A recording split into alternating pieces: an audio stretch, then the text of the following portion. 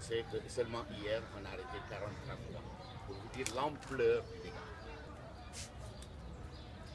Alors,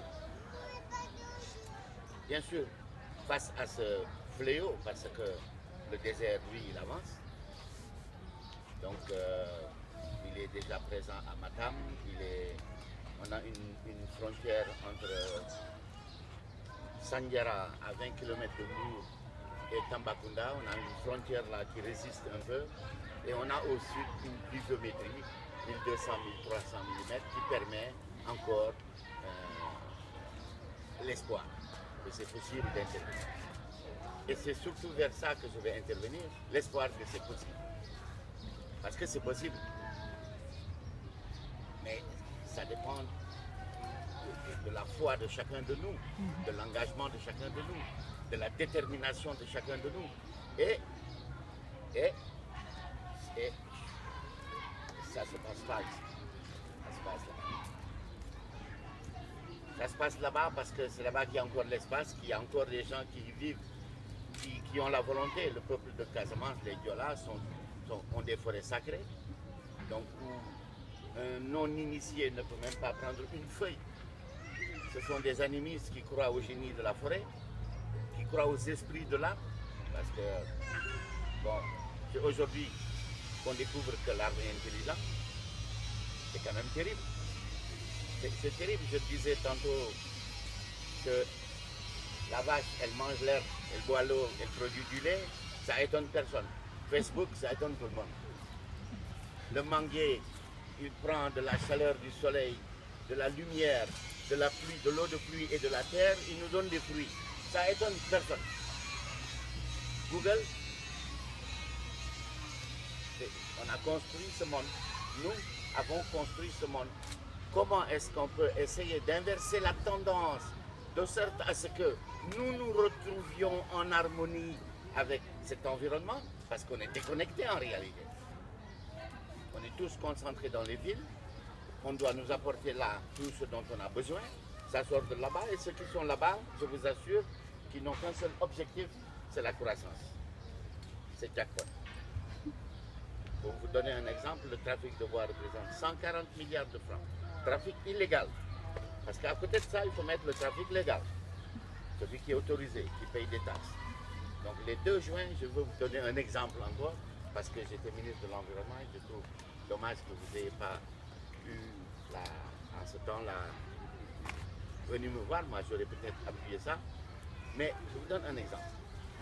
Moi, j'étais ministre de l'Environnement pendant 2 ans. C'est long, 2 ans ministre, hein, je vous assure. On en sort à genoux. Et une semaine après qu'on m'ait nommé, je suis allé en poste de contrôle de Kaffrine, qui est l'entonnoir d'où sort 80% de notre exploitation forestière. Une semaine. Donc je prends le registre de minuit à minuit et je compte 51 camions de 30 tonnes de bois et 49 camions de charbon, de 400 sacs de charbon. On va arrondir, on dit 50-50. Donc le lendemain matin, il était 4 h du matin quand je sors de mon poste de contrôle. Le lendemain, j'envoie une inspection et je leur dis, mais allez me compter le nombre de camions de bois entre janvier, février, mars et le nombre de camions de charbon qui sont sortis seulement de ce poste, mais qui est le gros poste, hein, Kaffrine. Ils ont compté 1560 camions de 30 tonnes de bois en 3 mois et 2580 camions de 400 sacs. On va dire 2500 fois 400 égale 1 million de sacs de charbon. Seulement, le quota annuel d'exploitation de charbon, il est de 1 400 000 sacs. Et on a exploité 1 million de sacs en 3 mois sur un quota de 2010, on était en 2012-2013, sur un quota de 2010 parce qu'il n'était pas épuisé. En 3 mois, on exploite 1 million de sacs sur un quota annuel d'1 400 000 sacs et on dit c'est le quota de 2010 parce qu'il n'est pas épuisé. Est-ce que vous voyez un peu? Ensuite, 60% des permis d'exploiter ce bois et ce charbon étaient des permis gratuits, délivrés à des marabouts. 60%. Et 80% de cette gratuité allait vers Dakar et Diourbel. Diourbel égale Touba. Donc, j'appelle le directeur, je l'informe de ces chiffres, il n'est pas d'accord, mais je passe, parce qu'après je l'envoie compter lui-même, il revient d'accord, et je lui dis, comment se fait-il que 60% sont gratuits? Je passe, il avait l'autorisation de mon prédécesseur, je lui enlève l'autorisation, et on se bat, etc. Et on va sur le terrain. Quand on est présent sur le terrain, on passe de 50 camions de charbon et 50 camions de bois, ça fait 100 camions, à 15 camions, qui ont tous payé la taxe. Donc, quand un ministre il a la volonté et qu'il a envie de produire un travail, il peut. Mais après, vous étiez tous présents quand tous les lobbies des exploitants et des marabouts me sont tombés dessus. Moi, j'ai entendu aucune association de défense de l'environnement dire le ministre a raison. Tout le monde a fait carpette. Donc, on ne peut pas arriver à gagner nos combats si on n'affronte pas les lobbies. Et les lobbies, ils sont puissants. Parce que vous prenez quelqu'un qui arrive en Mercedes dans un village, et c'est toujours comme ça. Plein de thunes. Il distribue l'argent pour avoir accès aux forêts. Il détruit tout. Vous venez, vous dites, mais arrêtez, on ne peut pas permettre cela. Mais vous êtes l'empêcheur de tourner en rond. Donc c'est vous le problème. Lui, c'est lui le cow-boy. Il vient, il distribue l'argent, il prend le bois. Ah, mais il nous fait travailler, mais ce bois-là, on en a besoin. Et on ne comprend pas que quand le désert, lui, va arriver, on ne pourra plus rien faire. Je vais vous donner un autre exemple. Vous savez que, comment on appelait le désert du Sahara? C'était la forêt tropicale du Sahara. Si, ça s'appelait la forêt tropicale du Sahara. Dans les temps très anciens qu'on a oubliés aujourd'hui. Et ça va continuer comme ça va avancer. Pour la mer, c'est pareil. Pour la ressource, c'est pareil. Et j'en conclus qu'il faut qu'on se pose la question. Mais mon Dieu, qui sommes-nous? C'est vrai, qui sommes-nous? Et moi, en tout cas moi, je n'ai pas la prétention de dire qui êtes-vous, mais moi, si je pars du principe qu'il y a 10 personnes dans le monde qui possèdent 50% de toutes les richesses, que 1% possède 95% de toutes les richesses, que je ne suis ni dans les 10 ni dans les 1%, qui je suis? Je suis depuis ma naissance avec Nestlé, la pharmacie, les engrais chimiques pour me nourrir, l'éducation pour me formater, je travaille ou je chôme, je grandis, je me marie ou je suis célibataire, je suis endetté ou j'ai un compte bancaire fourni, je vieillis, je suis grand-père, je tombe malade, je meurs. Du commencement à la fin, je suis un produit quelqu'un qui produit et qui consomme pour enrichir ce système. C'est là le modèle de société que nous avons construit et que nous acceptons parce qu'on a installé la peur chez nous, avec le terrorisme, au quotidien dans nos télés, avec l'axe du bien, l'axe du mal. Pourtant, ceux qui déterminent ces axes sont ceux-là qui ont exterminé les Indiens et qui ont favorisé l'esclavage, qui aujourd'hui disent qu'il y a l'axe du bien et l'axe du mal, et c'est eux qui vont décider, bien sûr, où est l'axe du bien et l'axe du mal. C'est ça notre monde. Il ne faut pas regarder ailleurs. Il faut le regarder là.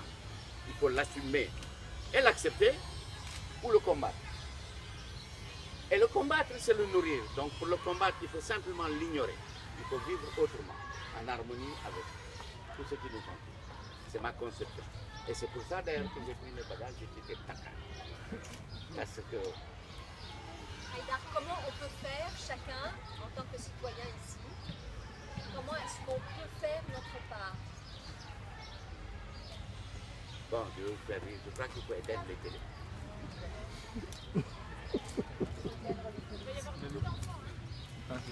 Oui, mais il faut justement les ramener auprès de la nature, de l'environnement. Parce que, à regarder Zidane, on va se réveiller, ça va faire très mal. Aujourd'hui, qu'est-ce qu'on fait? On regarde Zidane jouer. Enfin, comment il s'appelle le nouveau là? Neymar. Hein? Et on regarde Neymar jouer. On est... Après, quand on va se réveiller, on verra que l'eau est privatisée, que l'air est privatisé, que le désert est là. Ça commence, hein, au Japon, pour avoir une bonne qualité d'air, on paye maintenant dans certains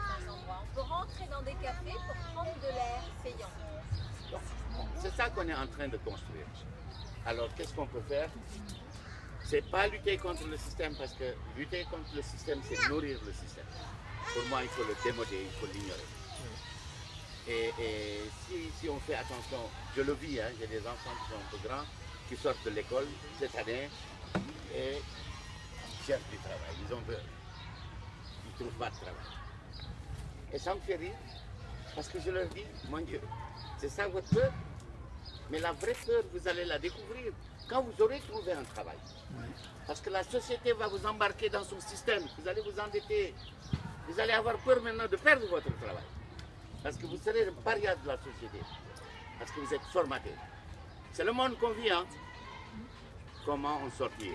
C'est la question que nous devons nous poser au quotidien. Et le plus simple pour moi, c'est quand on consomme. Parce que c'est nous les consommateurs. Qu'est-ce que je mange? Pourquoi je le mange? Est-ce qu'il est produit localement? Parce que si tu bois Coca-Cola, tu enrichis la multinationale. Si tu bois le bouille, tu enrichis le producteur de bouille local. Et en plus, c'est bon pour ta santé. Qu'est-ce que je mange?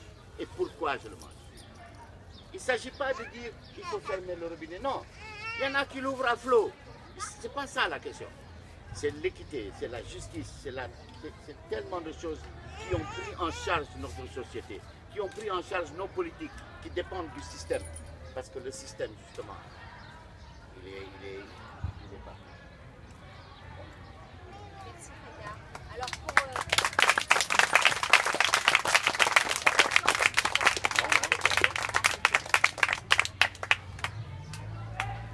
en fait, si on revient au thème aux arbres citoyens, pour bien sûr c'était une métaphore par rapport aux arbres. En fait, si on prend l'image de l'arbre comme étant notre seule arme, c'est-à-dire notre seule défense aujourd'hui par rapport à ce monde dévasté, qu'est-ce qu'on peut faire? Nous, en tant qu'urbains. En un mot, action. Et action comment? Est-ce que par exemple, il y a aujourd'hui la possibilité, si quelqu'un veut de reboiser les trottoirs, est-ce que c'est possible ou est-ce que la législation l'interdit? Est-ce que c'est des actions qui comptent ou est-ce que c'est dérisoire? Bon, Comment est-ce qu'on pourrait rejoindre même l'Océanium, Kurt Chassan? Comment est-ce que ce rassemblement peut se créer aujourd'hui? Je vais donner Et un est-ce que exemple. tu y crois surtout? Oui, beaucoup. Je crois à l'individu, pas au système. Je crois à l'individu que nous sommes. Je donne un exemple. Pour planter des arbres, il faut des semences. Ça part de la graine.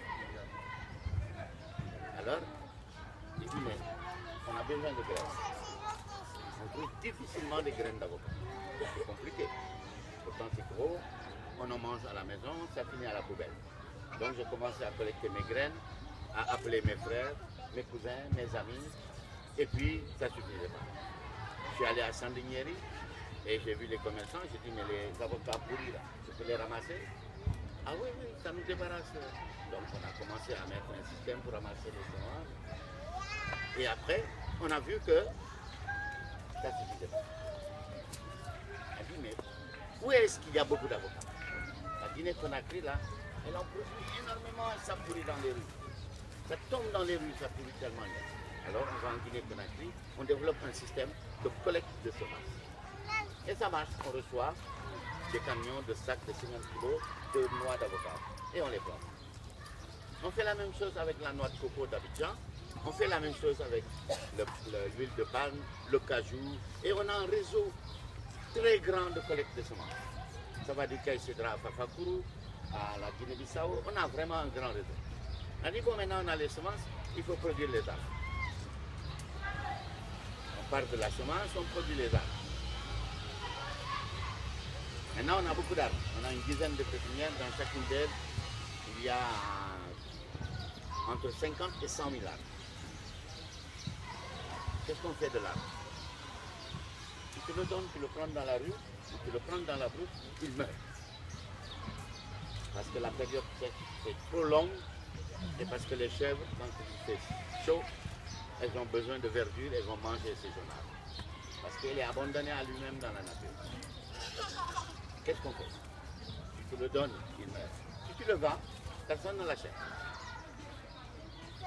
Donc, on a une dizaine de pépinières dans lesquelles il y a entre 50 et 100 000 arbres. On ne sait pas quoi. Alors, on prend le bâton de pèlerin et on va dans les villages. C'est pour ça que je dis, et c'est important, que quand on y croit, tout est possible. C'est de là que ça part.